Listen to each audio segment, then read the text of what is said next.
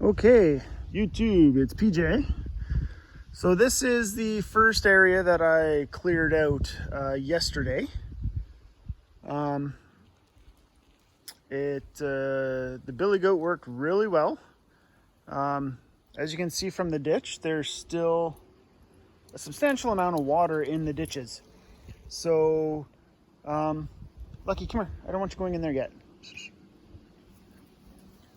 Substantial amount of water in the ditches. And it's frustrating because I can't do everything I want to do. So I kind of cut where I could, and I had to stop, obviously, in certain areas. I almost got stuck over, where's my finger? Like right over there. I almost got stuck. So that was not fun. Trying to figure that shit out. The billy goat it got pretty stuck. I had to do some good yanking there. So that kind of taught me a lesson. But you can see the slope of the land goes from high-ish, around here, and slopes down. So not sure if I'm going to do anything about that. I don't think there's any need to. But trimming and cutting, I'll have to get if I was really prepared, I would have rented a whipper snipper as well to get this grassy stuff. Maybe that's what I'll have to do next year or later on in the season. That's what I'll do. That's actually a good idea. So I'll do that just to clear it up. But there is one area where I want to show that's kind of cool. But I don't want Lucky getting too wet right now. So come on, bud. Come on, Luck. He's a good boy. He listens really well. Okay, in you go. Perfect. Okay, I'll just be a minute or two. And yeah, he goes in there really, really good. I have no complaints with him. Yesterday he didn't want to come out, so he was in the truck all day. Parked in the shade as much as I could, had the windows down. See, I don't know why he's whining. Yesterday he was fine in there all day.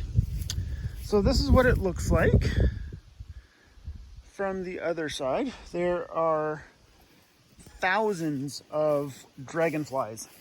You'll see them just popping up. So yeah, so I did take the billy goat as close as I could in some areas, and I done a little test just up here to see what it was like going into deep brush that was kind of like this. So here it is,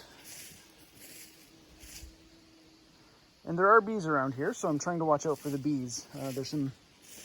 They put some bees every, the farmers, I don't know how they do it. They have bee contracts or some junk. But this was my test area where I just kind of took the brush hog and went like straight in. And it worked fairly well. I was quite impressed, actually. You can see the size of trees. You got to watch out for things like that. And, those larger deadfall type things. But the live stuff, when it cut down, it was really good. I was rather impressed. So yeah, this turned out really well. I'm quite satisfied, except over where there's the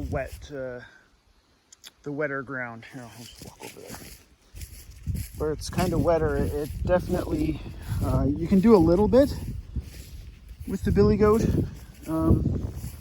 But when it gets just too marshy or just too wet, the ground's saturated. Like it made it through here, and there's like a little spot where it's a little lower. I actually think these are like, these little depressions in here are where cars went off the road.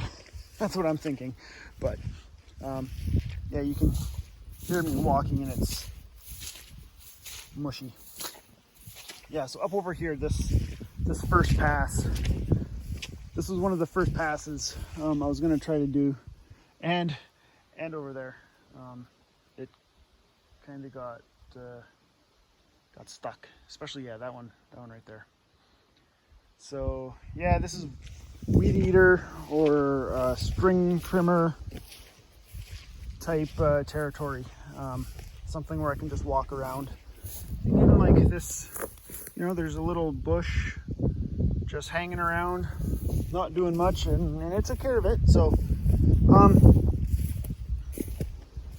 yeah, this is pretty good. I'm quite happy with the progress I made. That's one thing I've noticed. Progress is, with working like this, progress is immediate. You see exactly what you have done in a very short amount of time, which is amazing. You don't get that in most city chores or whatever. I'm really liking this idea of homesteading. I'm warming up to it more and more every time I come out here. Just a totally different way of doing things. Yep, definitely is. So this is the intersection clearing, and let's go down to the pond.